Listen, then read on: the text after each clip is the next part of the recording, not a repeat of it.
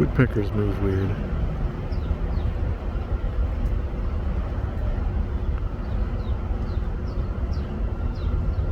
Anyway.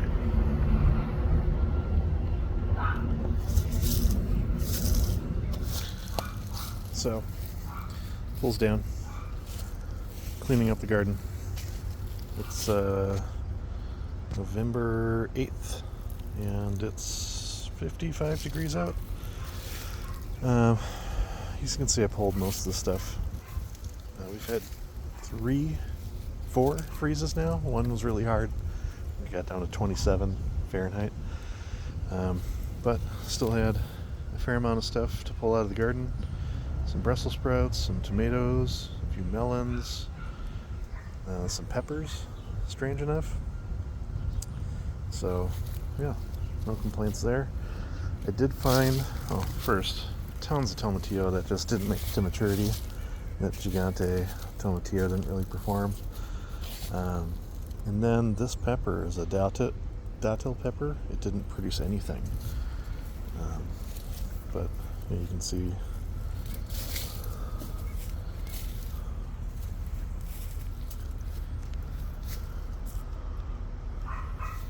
it's the apricot zebra prairie fire. Still holding a lot of green tomatoes. Bloody Butcher is pretty much done. Cherry Baby still has a bunch of green tomatoes. Got a few ripe ones off there today.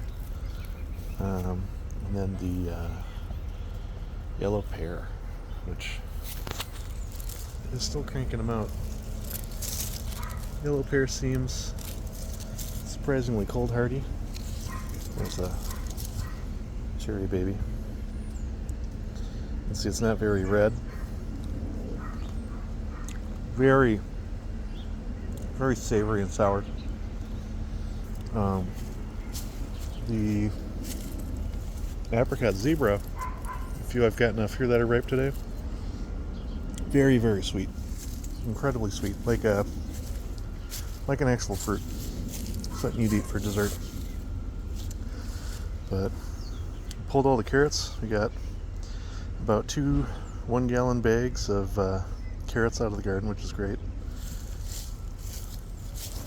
I haven't had luck with carrots previously, so that was kind of a nice win. I didn't expect. Beets didn't really develop. Apparently we're growing an oak tree. So yeah.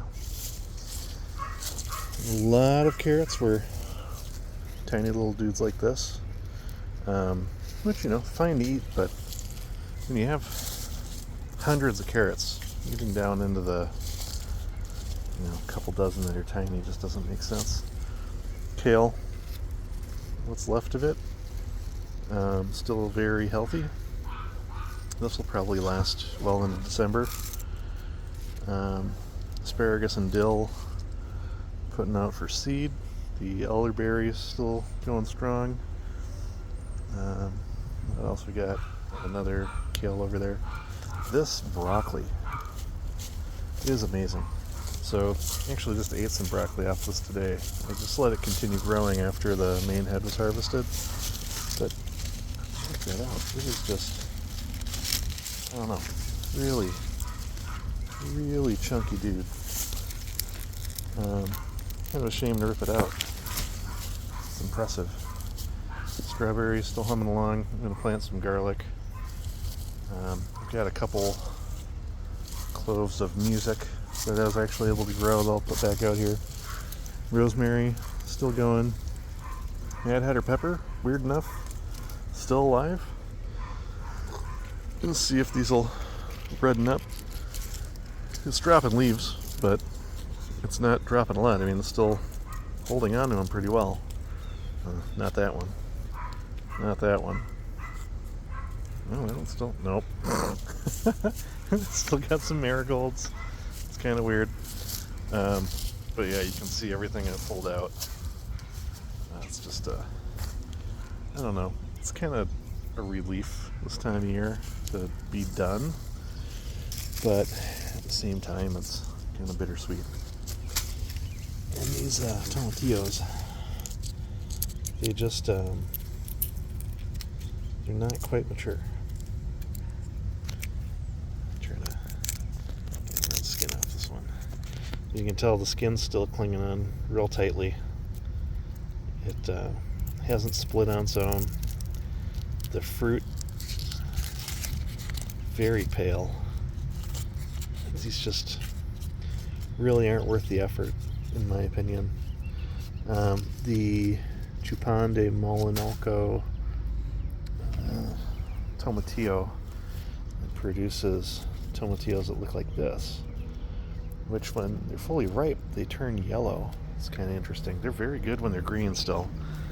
They just get sweeter when they turn yellow. That was a really fantastic tomatillo this year. So I'm going to focus on that one next year and maybe another variety other than Gigante. And, all the dill. The celery. Yeah. It's end of season, folks. And then that Methley plum from Stark just really did not do well. It's brittle. I'm pretty sure this guy's dead. If he's still alive, it's only below the graft. There's no shoots. I bet I could just pull this right out of the dirt. It just didn't really develop any roots. So I'll probably be in touch with them, do their scratch test to prove it's dead. So the scratch test is basically you scratch the bark and you look to see whether it's green. And I'm a colorblind guy, but I'm pretty sure that's not the color you're looking for. So yeah, I'll be contacting them. This is the one they shipped super early, and I was pretty peeved at them. I think they shipped it in February. This is kind of BS in my opinion, but anyway, that's what's happening here. The pumpkin, of course, is done.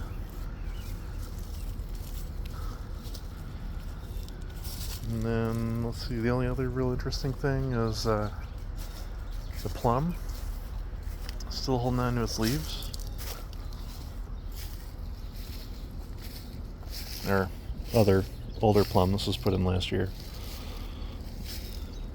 I'm trying to remember what kind this was. The tag is, I think, fallen into the